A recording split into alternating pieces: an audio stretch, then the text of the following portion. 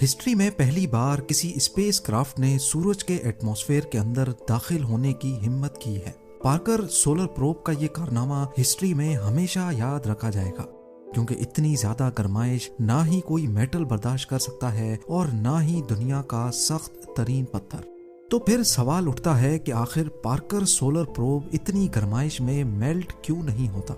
हजारों नहीं बल्कि लाखों डिग्री के टेम्परेचर में भी ये बिल्कुल परफेक्टली कैसे काम कर रहा है। ज़ेम टीवी की वीडियोस में एक बार फिर से खुशामदीद। नाजरीन, 1900s की शुरुआत में साइंसदानों ने सूरज पर रिसर्च के दौरान एक अजीबो गरीब फिनोमेना नोटिस किया। वो सूरज से निकलने वाली लाइट की वेवलेंथ और उसके कलर से सूरज की गर्माइश का अंदाजा लगा रहे थे। ये काम जमीन से बैठकर ही स्पेक्ट्रोग्राफ की मदद से किया जा रहा था। आपको यहाँ बताते चलें कि लाइट के कलर और उसकी वेवलेंथ का डायरेक्ट कनेक्शन उसके टेम्परेचर से होता है। जो नतीजा साइंसदानों के सामने आया उसने एक ऐसी मिस्ट्री खड़ी कर दी जिसको आज तक समझा नहीं जा सका। उन्होंने क्या देखा कि सूरज की सतह यानी उसके सरफेस का टेम्परेचर तो 5500 डिग्री सेल्सियस है, जबकि उसकी सबसे आउटर एटमॉस्फेरिक लेयर कोरोना का टेम्परेचर हैरत अंगेज तौर पे 5 लाख डिग्री सेल्सियस से भी ज्यादा है, यानी सूरज की सतह से भी कम से कम 100 टाइम्स ज्यादा। ये ऐसा ही है जैसे आग से दूर जाने पर हमें ज्यादा गर्माइश महसूस हो। ये एक बहुत ही अनोखा फिनोमेना है जिसको समझने के लिए साइंटिस्ट पिछले 100 सालों से लगातार कोशिशें कर रहे हैं। नॉर्मली ये लेयर सूरज की रोशनी में छुपी होती है और इसको देखना सिर्फ सोलर एक्लिप्स के दौरान पॉसिबल होता है या फिर क्रोनोग्राफ सनशेड की मदद से।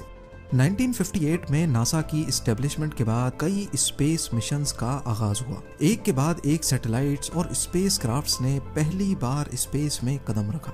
लेकिन सूरज के इस अनोखे फिनोमेना को समझने के लिए जरूरी था कि कोई ऐसा प्रोब बनाया जाए जो सूरज की कोरोना लेयर में जाकर जायजा ले और देखे कि आखिर वहां ऐसा क्या चल रहा है।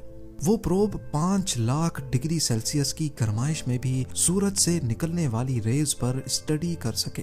पर जाहिर है ये काम इतना आसान नहीं था, क्योंकि ये इतनी गर्माइश है जिसका अंदाजा लगाना भी काफी मुश्किल है। आयरन का मेल्टिंग टेम्परेचर 1500 डिग्री, जबकि दुनिया का सबसे सख्त मेटल टंगस्टन है और इसका मेल्टिंग टेम्परेचर भी 3422 डिग्री सेल्सियस है। यानी सूरज की सतह ही इन दोनों मेटल्स को पलक झपकते ही मेल्ट कर देगी। तो सोचें, कोरोना लेयर जहां लाखों डिग्री की गर्माइश है वहां इनका क्या हाल होगा। पार्कर सोलर प्रोब की डिजाइनिंग और डेवलपमेंट तो एक मसला था ही, पर इसको सूरज तक पहुंचाना इससे भी बड़ा इशू था। जी हाँ, सूरज जिसने हमारे सोलर सिस्टम के प्लैनेट्स को आपस में बॉन्ड कर रखा है, उसके करीब जाना बहुत ही मुश्किल है। सबसे पहले तो ये समझ लें कि अगर किसी सैटेलाइट को अर्थ के ऑर्बिट से निकाल कर वापस अर्थ पे लाना हो तो उसकी स्पीड कम करनी पड़ती है ताकि अर्थ की ग्रेविटी उस पर हावी हो सके और उसको अपनी तरफ अट्रैक्ट करे। इसी तरह अगर इसको अर्थ पर नहीं बल्कि किसी और प्लेनेट पे भेजना हो तो इसकी स्पीड बढ़ाई जाती है ताकि वो अर्थ के ऑर्बिट से बाहर निकल सके। सपोज मार्स पर अगर किसी स्पेस क्राफ्ट को भेजना हो तो पहले उसको रॉकेट्स की मदद से अर्थ के ऑर्बिट में लाया जाता है और उसके बाद सही टाइम, सही एंगल और सही स्पीड से उसको अर्थ के ऑर्बिट से निकाला जाता है। अर्थ के ऑर्बिट से स्पेस क्राफ्ट को निकालना बहुत एनर्जी कंज्यूमिंग काम होता है। रॉकेट की मदद से वो अर्थ के ऑर्बिट तक तो आ गया, लेकिन अब यहाँ पर रॉकेट नहीं होते, लिहाजा स्पेस क्राफ्ट में ही लगे छोटे रॉकेट को इस्तेमाल करके इसकी स्पीड आहिस्ता आहिस्ता बढ़ाकर उसको ऑर्बिट से निकाला जाता है। मार्स क्योंकि अर्थ से सूरज के मुकाबले में बहुत करीब है, इसीलिए जिस एंगल में स्पेस क्राफ्ट को लॉन्च किया जाता है वो एंगल इतना ज्यादा नहीं होता। लेकिन सूरज और अर्थ के दरमियान का डिस्टेंस 150 मिलियन किलोमीटर्स है और अर्थ के ऑर्बिट से निकालकर इसको सूरज के ऑर्बिट में डालने के लिए एंगल भी बहुत बड़ा चाहिए और जाहिर है एनर्जी भी। इतनी ज्यादा एनर्जी और पावर वाला रॉकेट आज तक नहीं बनाया गया। लिहाजा नासा के एक्सपर्ट्स ने फैसला किया कि पार्कर प्रोब को सूरज पर भेजने से पहले इसको वीनस भेजा जाएगा। वीनस हमारे सोलर सिस्टम का दूसरा प्लेनेट है जिसकी ग्रेविटी को इस्तेमाल करके पार्कर प्रोब की स्पीड बढ़ाई जा सकती है। लेकिन यहाँ एक मसला था। मसला ये था कि वीनस एक छोटा प्लेनेट है और इसी वजह से इसकी ग्रेविटी भी कम है। जितनी स्पीड पार्कर प्रोब को सूरज के करीब जाने के लिए रिक्वायर्ड थी, उसके लिए जरूरी था कि वो वीनस के गिर्द 24 मरतबा चक्कर लगाए, तब जाकर वो सूरज के क्लोजेस्ट पॉइंट पर पहुंच सकेगा। 12 अगस्त 2018 पार्कर सोलर प्रोब को केप कैनावरल एयरफोर्स स्टेशन से लॉन्च किया गया। इस मिशन के लिए नासा ने 8 सालों का टाइम प्लान किया है। सूरज के सबसे क्लोज पॉइंट तक जाने के लिए वीनस का सहारा 24 मरतबा लिया जाएगा।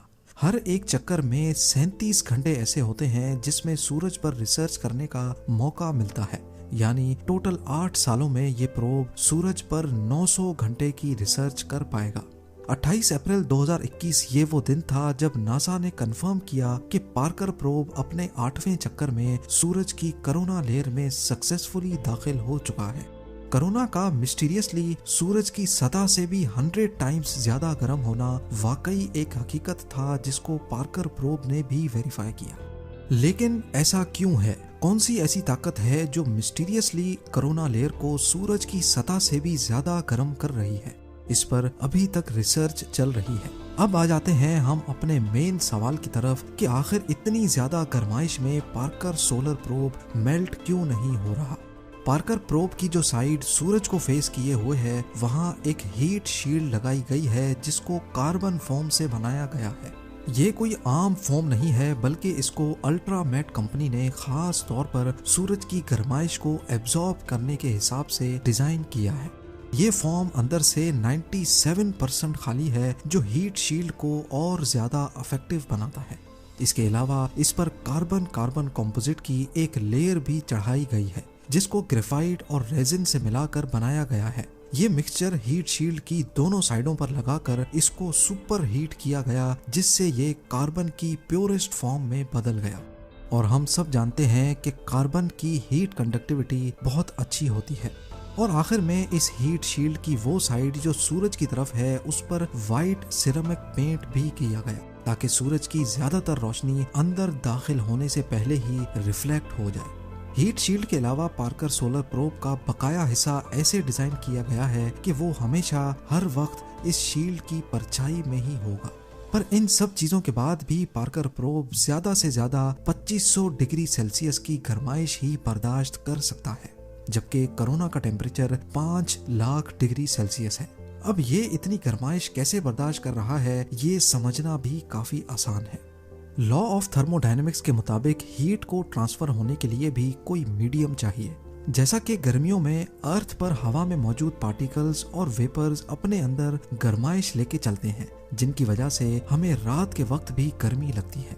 अगर पार्टिकल्स कम होंगे तो हीट भी इतनी आसानी से ट्रेवल नहीं कर पाएगी। जैसा कि उबलते हुए पानी में हाथ डालने से फौरन जलन होगी, जबकि 300 डिग्री के ओवन में हाथ डालकर फौरन निकालने से शायद हमें मालूम भी ना पड़े। ये सिर्फ इस वजह से मुमकिन है क्योंकि पानी के मॉलिक्यूल्स हमसे टच होते हैं, जबकि ओवन में कोई चीज हमसे टच नहीं होती। एक्सपर्ट्स का कहना है कि पार्कर सोलर प्रोब की हीट शील्ड पर 1200 डिग्री सेल्सियस होता है, जबकि उसका पिछला हिस्सा जहां सूरज की रोशनी नहीं लगती, वहां टेम्परेचर माइनस में होता है, क्योंकि वहां कोई पार्टिकल्स नहीं हैं जो हीट को ट्रांसफर कर सके। यही रीजन है कि पार्कर सोलर प्रोब सूरज के इतना करीब होने के बावजूद भी मेल्ट नहीं हो रहा। उम्मीद है जेम टीवी की ये वीडियो भी आप लोग भरपूर लाइक और शेयर करेंगे। आप लोगों के प्यार भरे कमेंट्स का बेहद शुक्रिया। मिलते हैं अगली शानदार वीडियो में।